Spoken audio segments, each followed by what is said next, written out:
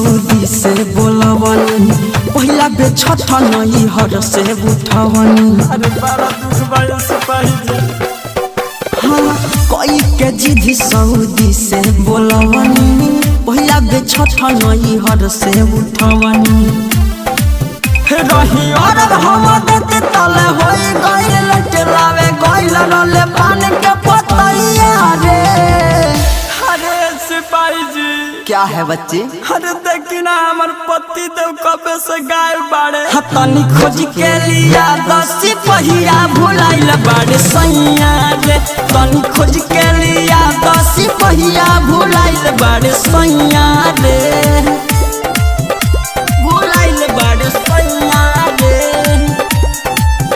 तनी खोज के लिया 10 पहिया भुलाइल बाड़े सैया रे।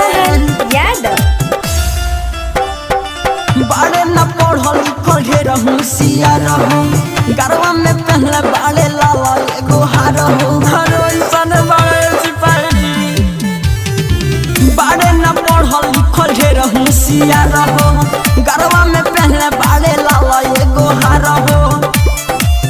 लागे छूट जाई सत बाबा कुछ बुझात दया करी है नहीं जे छठी मैया हो। अरे कमेटी साहब का है बोलो? तनी अलाउंस कराओ तो हेकर पति कबे से गायब बा। अच्छा ठीक बा, नाम बताओ। अरे पिलवा कुमार है ये सिपाही जी। आ तोहर नाम का हो?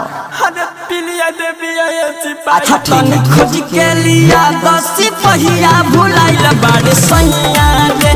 तनी खोज के लिया 10 पहिया भुलाइल बाड़े सैया रे।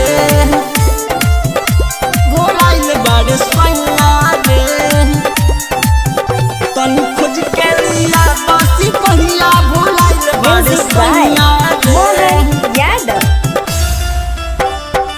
मांगल भखकी हमर पुराना भाई पहले ही सैया के हाथ छूट गई।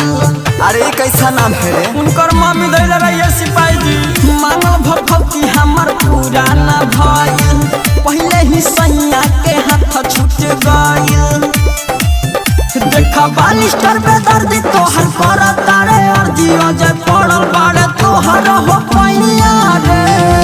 हेलो, अगर पिलवा कुमार हमारे आवाज को सुन रहे हो तो जल्द से जल्द इस पंडाल में आने का कष्ट करें। आपके पत्नी प्रिया देवी आपका इंतजार कर रही। तनी खोज के लिया 10 पहिया भुलाइल बाड़े सैया रे। तनी खोज के लिया 10 पहिया भुलाइल बाड़े सैया रे। मिक्स भाई Radhe Krishna digital recording studio गोढ़िया वैशाली।